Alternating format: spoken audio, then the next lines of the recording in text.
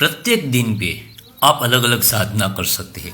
आपको कब कौन सी साधना करनी चाहिए अगर आपको नहीं पता है तो वो आपके जन्म के दिन पे आधार रखता है। आपका जन्म किस दिन हुआ है। अगर आपका जन्म रविवार को हुआ है तो फिर आपके लिए सूर्य की साधना, गायत्री की साधना और महातारा देवी की साधना अति उत्तम मानी जाती है। इसकी वजह से आपको मानसिक स्थिरता, तेज और आपका आत्मबल बढ़ जाता है। अगर आपका जन्म सोमवार को हुआ है तो फिर आपको चंद्र, शिव, पार्वती या त्रिपुर सुंदरी की साधना करनी चाहिए। त्रिपुर सुंदरी का भैरव महेश्वर है, यानी कि आपको उनके भैरव की भी साधना करनी चाहिए। इसकी वजह से आपके मन की शांति, आकर्षण और भावनात्मक नियंत्रण बढ़ता है।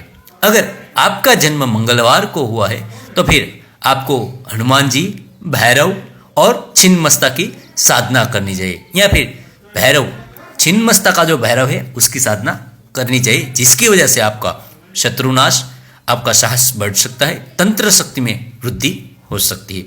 अगर आपका जन्म बुधवार के दिन हुआ है तो फिर आपको विष्णु भगवान या फिर मातंगी की उपासना करनी चाहिए। मातंगी साधना से आपकी वाणी सिद्धि, मनोकामना पूर्ति और संवाद में कला की वृद्धि होती है।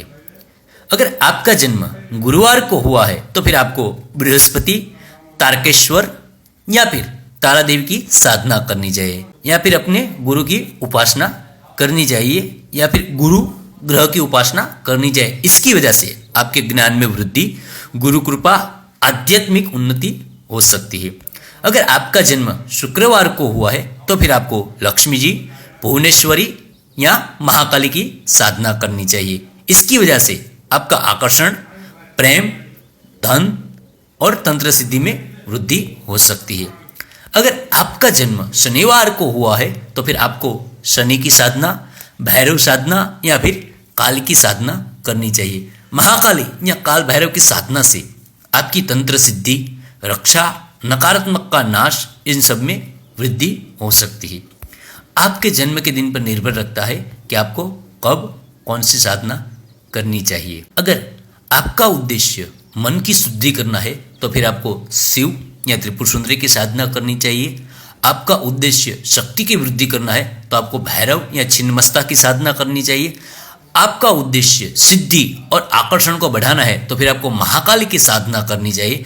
और आपका उद्देश्य पूर्ण सिद्धि और सुरक्षा है तो फिर आपको महाकाली और भैरव संयुक्त साधना करनी चाहिए।